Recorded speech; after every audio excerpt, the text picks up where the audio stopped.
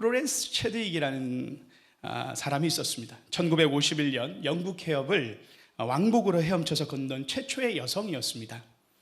그녀가 36세가 되던 해 1952년 7월 4일 날 그녀는 로스앤젤레스 멀지 않은 곳에 있는 카타리나 섬에서부터 캘리포니아 해변에까지 헤엄쳐서 건너가겠다고 선언을 합니다. 35km나 되는 거리를 먹지도 마시지도 않고 쉼없이 수영해서 건너는 어려운 코스였습니다. 이 뉴스가 굉장한 화제가 되어서 텔레비전에서 생중계되는 일이 있었습니다. 도착 시간을 전후해서 수많은 사람들이 해변으로 나와 그녀를 기다리고 있는데요, 15시간이나 되는 그 긴 수영의 시간들을 보내었습니다. 그런데 그때 갑자기 짙은 안개가 펼쳐지기 시작했습니다. 안개를 헤치고 나아가던 플로렌스는 사력을 다했지만 힘이 빠지고 말았습니다. 그러면서 결국 기권을 하게 되고 자기를 따라오던 구조선에 승선하게 됩니다. 그런데 배를 타고 육지로 돌아와 보니까요, 도착 지점까지 불과 800m밖에 남기지 않았던 것입니다. 그래서 많은 사람들이 질문을 했어요. 왜 실패한 것 같습니까? 왜 기권하셨습니까? 라는 질문에 그녀가 이렇게 대답합니다. 추위 때문도 아니었습니다. 피곤함도 아니었습니다. 안개 때문이었습니다. 더 정확하게 말하면 안개 때문에 목표를 볼 수 없었기 때문입니다 라고 말했다라는 것입니다. 여러분, 인생의 무게를 견딜 수 없게 하는 것은 여러 가지가 있지만 그 중에 큰 부분이 있다면 그것은 바로 분명한 목표가 부재할 때일 것입니다.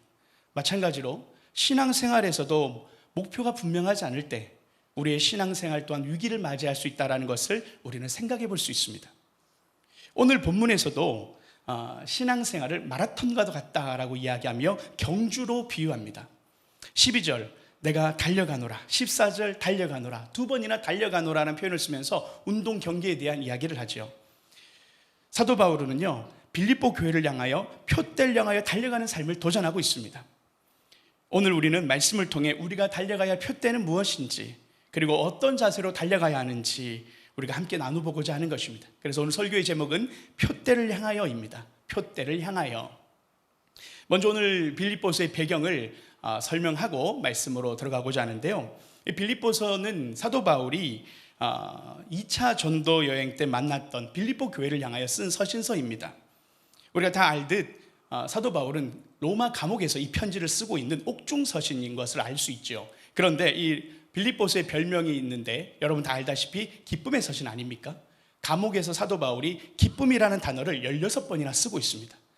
그러면서 사도 바울이 이 빌립보 교회를 얼마나 사랑했는지가 나타나는데요, 내가라는 단어가요 52번이나 나타나면서 이 빌립보 교인들을 향하여 개인적인 친밀함을 얼마나 나타냈는지 모릅니다. 이 빌립보 교회는 사도 바울을 여러 번 공개했고요, 그리고 에바브로 디도를 보낼 정도로 사도 바울을 섬겼던, 참으로 사도 바울을 사랑했던 교회였습니다.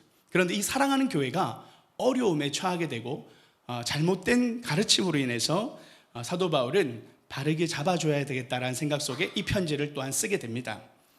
오늘 우리가 읽지는 않았지만 3장 전반절에 보면 율법주의에 대한 경계를 이야기합니다. 그리고 오늘 우리가 읽은 본문과 함께 후반절 부분은 반율법주의의 잘못된 가르침에 대한 부분을 이야기하는 것입니다. 오늘은 이 두 번째, 잘못된 반율법주의에 대한 이야기를 해보고자 하는 것입니다. 율법을 지킬 필요가 없다, 유대주의자들의 율법주의에 대해서 반대해서 오히려 구원받았는데 마음대로 살아도 된다라는 그런 잘못된 가르침이 있었다라는 것이죠. 사도 바울은 여기에 대해서 잘못된 신앙생활이라고 이야기하면서 바른 신앙생활이 무엇인지를 이야기합니다. 그 말씀이 12절인데요 12절 말씀을 함께 읽어볼까요? 시작. 내가 이미 얻었다 함도 아니요 온전히 이루었다 함도 아니라 오직 내가 그리스도 예수께 잡힌 바 된 그것을 잡으려고 달려가노라. 사도 바울은요 하나님의 이 믿음에 대한 이야기를 할 때 마라톤과 같이 경주하듯이 구원을 향해 달려가고 있다는 점진적인 측면을 이야기합니다. 신앙생활은 구원받음으로 끝나는 것이 아니라 거룩한 성화의 삶이 있다라는 것을 사도 바울이 이야기하고 있는 본문입니다.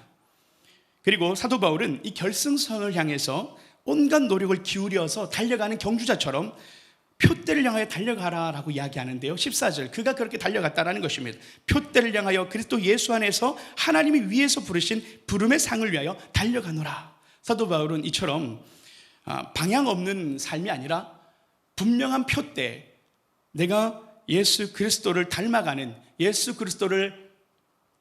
성화의 삶을 향한 목표를 분명하게 하였다는 것을 사도 바울은 빌립보 교회인들에게 설명한 것입니다. 그러면서요, 이 경주, 이 표대를 향해 달려가는 삶에 대해서 어려운 삶임을 암시하는데요, 그것이 13절 말씀입니다. 형제들아, 나는 아직 내가 잡은 줄로 여기지 아니하고 오직 한 일, 즉 뒤에 있는 것을 잊어버리고 앞에 있는 것을 잡으려고. 여기서 잊어버리다라는 단어, 우리가 집중해 보면요, 이 단어를 현재 분사형으로 사용합니다. 다시 말하면 계속 잊어버리고 있는 것입니다. 내가 얻은 것들을 계속 잊어버린다라는 것입니다. 또 나아가서 잡는다라는 표현도 현재 분사형으로 사용되어지는데 계속 잡는다는 것입니다. 내가 계속 표대를 향하여 나아가면서 잡으려고 노력한다는 것입니다. 이것을 조금 그림으로 표현한다면 몸을 앞으로 굽힌 채 손을 내밀고 달리는 모습을 연상할 수 있습니다. 바울은 달리기 선수가 뒤를 돌아보지 않고 오직 앞에 있는 목표를 향하여 혼신의 힘을 기울여 달리는 것처럼 계속된 노력을 기울여야 한다고 이야기하는 것입니다. 표대를 향해 나가기 위해서는 엄청난 양의 훈련이 필요하듯이 우리 그리스도인의 삶은 믿음의 영적인 삶을 위해서도 꾸준한 연습과 훈련이 필요하다는 것이죠. 운동선수가 우승하는 것이 쉬운 일이 아니지 않습니까? 거룩한 삶, 성화의 삶 또한 그저 노력 없이 이루어지는 것이 아니라는 이야기입니다. 이미 선줄로 생각한 자는 넘어질까 두려워하라. 망령되고 허탄한 신화를 버리고 오직 경건에 이르기를 연습하라. 육체의 연습은 약간의 유익이 있으나 경건은 범사에 유익하니 금생과 내생에 약속이 있느니라. 이 성경에서 경건에 대한 단어를 이야기할 때 연습이라는 이 단어를 헬라어로 김나조라는 단어를 씁니다. 이것은 연단하다, 운동하다라는 뜻입니다. 즉 고통 없이는 아무것도 성취할 수 없다라는 것, 영적 훈련 또한 헌신적인 노력을 통해서만 이루어질 수 있다는 것을 이야기하는 것입니다. 운동선수들은 우승을 목표로 하기 위해서 많은 시간 고통스러운 훈련을 기꺼이 감내합니다. 우리의 삶에도, 영적인 삶에도 이러한 훈련이 있다는 것과 함께 한 분을 소개하고자 하는데, 한 분의 책을 소개하고자 하는데, 리처드 포스터라는 분입니다. 이분은 1942년에 태어나셨고 미국 조지 폭스 대학과 플러신 학교를 졸업하신 분이십니다. 이분이 한 책을 쓰셨는데 1978년에 초판을 발행한 영적 훈련과 성장이라는 책입니다. 이 책이 10년이 지난 1988년에 개정판으로 나왔고요, 아직도 많은 독자들이 이 책을 사랑하고 있습니다. 여기서 리처드 포스터는 영적 훈련이 무엇인지를 설명합니다. 그러면서 정확한 표준화된 명록은 없지만 리처드 포스터는 세 가지 유형을 제시합니다. 영적 훈련에 대한 세 가지를 제시하는데 오늘은 한 가지만 소개하고자 하는 것입니다. 그것은 내적 훈련에 대한 요소들입니다. 리처드 포스터는 그 제1부에 내적 훈련을 설명하는데 그 내적 훈련의 요소들을 몇 가지를 이야기합니다. 첫 번째, 묵상의 훈련입니다. 묵상의 훈련은 우리가 잘 알듯 말씀이 가장 먼저 된다는 것이고, 이 말씀은 마음속 가운데 한 구절이나 아니면 문단을 깊이 생각하고 숙고함으로써 실질적으로 우리 존재에 깊이 스며들게 하는 묵상에 대한 부분을 리처드 포스터는 이야기합니다. 이 훈련을 이야기하는데요, 더 나아가서 암송도 좋다고 이야기합니다. 마음속에 새겨둘 것을 선택하는 것이죠. 암송은 우리가 계속해서 말씀을 염두하며 살아갈 것을 도전합니다. 그래서 어떤 상황이든 말씀을 따라 대응할 수 있게 해주는 것이 바로 말씀 암송에 대한 훈련에 대한 도움이라는 것이죠. 그래서 말씀 암송에 대한 필요성을 우리에게도 잘 가르쳐주는 본문이 있는데, 그것은 여호수아 1장 8절입니다. 이 율법책을 내 입에서 떠나지 말게 하며 주야로 그것을 묵상하여 그 안에 기록된 대로 다 지켜 행하라. 그리하면 내 길이 평탄하게 될 것이며 내가 형통하리라. 아멘. 우리가 말씀을 사모하고 하나님의 말씀을 묵상하는 것, 성경을 통독하는 것, 그리고 우리가 큐티하는 콰이어 타임을 하는 그 시간들, 혹 우리가 다시 한번 넘어졌던, 또 우리가 놓쳤던 부분이 있다면 우리 신앙생활의 기초적인 신앙의 훈련을 다시 한번 결단하고 한 번 더 생각해 볼 수 있으면 좋겠습니다. 두 번째로 리처드 포스터는 기도의 훈련을 이야기합니다. 예수님은 이른 새벽에, 늦은 밤에나 이른 새벽이나 홀로 기도하셨죠. 기도는 살아계신 하나님과 개인적인 대화의 시간임을 우리는 잘 알고 있습니다. 기도는 부담스러운 시간이 아니죠. 오히려 기회요 특권의 자리입니다. 기도의 훌륭한 점은 하나님이 우리가 있는 곳에서 우리를 만나 주신다라는 것이죠. 그리고 특별히 또 기도의 다른 형태를 우리가 한번 연습할 때 일기 쓰기도 매우 좋은 훈련이라는 것입니다. 이것은 다른 형태의 기도입니다. 많은 사람들이 이 영혼의 일기를 쓰면서 하나님이 역사하셨던 내 삶의 그런 모양들, 역사들을 기록해 보면서 하나님의 은혜를 발견할 수 있다는 것이죠. 그리고 리처드 포스터는 금식의 훈련 또한 이야기합니다. 금식의 훈련. 예수님은 자주 금식하셨습니다. 공생애를 시작할 때도 예수님은 금식하며 시작하셨습니다. 금식은 우리의 생명의 근원이 밥이 아니라 하나님의 은혜임을 자각시켜주는 영적 훈련입니다. 먹고 마시고 싶은 음식에 대한 욕구를 거절하는 고통을 통하여 하나님만 더욱 의지하는 믿음을 키우는 영적 훈련이 금식인 것이죠. 금식은 우리 자신의 육체를 일시적으로 굶주려 죽게 하는 연습으로서 가장 강력하게 우리의 자아와 고집과 욕망들을 거절하는 영적 훈련입니다. 또한 금식에는 우리를 조종할 수 있는 것, 예를 들면 텔레비전이나 핸드폰 등과 같은 오락적인 요소들을 삼가하는 것도 포함됩니다. 또한 그것은 우리의 절제는 순결한 삶을 우리가 살아나는 것도 영적인 절제이죠. 성욕이 우리의 본성임을 우리는 부정하지는 않습니다. 부적절한 감정과 환상, 강박관념과 같은 고통스러운 결과에 대해서는 우리가 저항하도록 도와주는 것이 바로 절제라는 것입니다. 그리고 우리는 이 세상 가운데 어느 때보다 더 위력적인 돈의 위력을 알고 있습니다. 돈에 대한 절제하는 것, 물질에 매여 영혼이 성장하지 못하는 성도들이 교회마다 부지기수죠. 물질에 매이지 않고 사명에 매여 살아가는 연습을 하는 것이 중요하다는 것입니다. 물질에 매이지 않는 삶, 믿음을 가지기 위한 가장 좋은 영적 훈련은 11조입니다. 11조는 물질을 주신 하나님이 주신 분이 누구이신지, 물질을 사용하는 목적이 사명임을 선포하는 영적 훈련이라는 것입니다. 마지막으로 리처드 포스터는 공부, 즉 학습의 훈련을 이야기합니다. 성경을 학습한다는 것은 단지 읽는 것만을 이야기하지 않습니다. 말씀을 관찰하고 해석하고 삶 속에 적용시키는 과정들을 이야기합니다. 그리고 또 과거와 현재의 탁월한 신앙 서적들, 양서들을 읽고 또한 그런 교사들의 작품을 접하는 일들을 또한 추천합니다.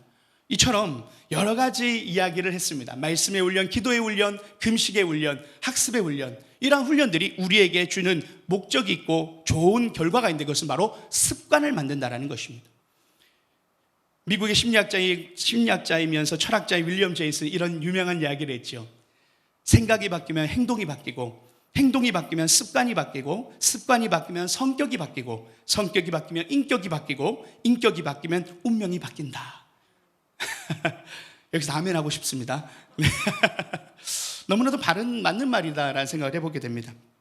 영적 훈련을 통해서 우리 또한 거룩한 습관을 우리의 몸에 우리가 새기는 것, 형성하는 귀한 시간이 오늘 사도 바울 우리를 향한 도전이라는 것입니다. 올해 중1이 된 저희 딸 예담이가 꿈을 가지고 하는 일이 있는데 그것은 바로 댄스 연습입니다. 그냥 혼자 추는 게 아니고요. 정말 진로를 댄스 쪽 무용적으로 하는 부분인데요. 이 춤을 추는 것이 좋고 춤을 출 때 살아있다는 것을 느낀다고 합니다.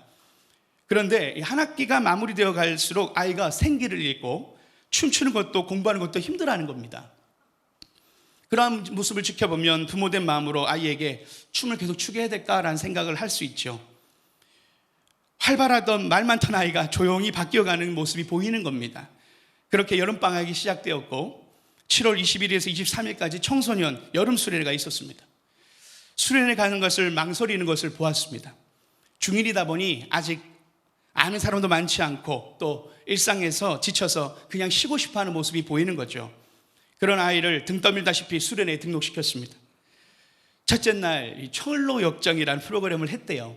딸이 너무 재밌었다라는 겁니다. 그래서 이를 쭉 이야기하는 거죠. 아침에 수련회 보내며 걱정했던 마음이 살짝 놓였습니다. 그리고 둘째 날 딸아이가 찬양 집회를 하고 왔는데 딸이 얼굴이 최근에 본 얼굴 중에서 가장 제일 밝아 보였습니다.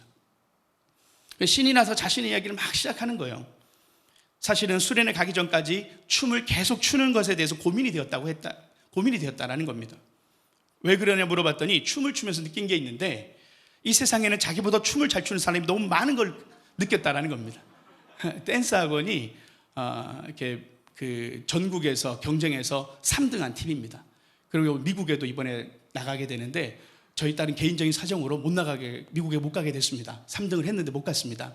근데 거기에서 수많은 잘 추는 사람들 보았고 학원에도 잘 추는 친구들이 많으니까 기가 죽은 겁니다. 자기는 열심히 노력을 하고 있는데 그 노력이 너무 작아 보이는 것 같아서 날이 지날수록 마음이 무기력해지고 덩달아 몸까지 무거워졌다라고 한 것입니다. 그런데요, 어디에서 기분이 좋아졌고 은혜를 받았냐 보니까 이 찬양을 할 때 내가 춤을 출 때 다 비웃겠지만 이 가사에 꽂힌 겁니다.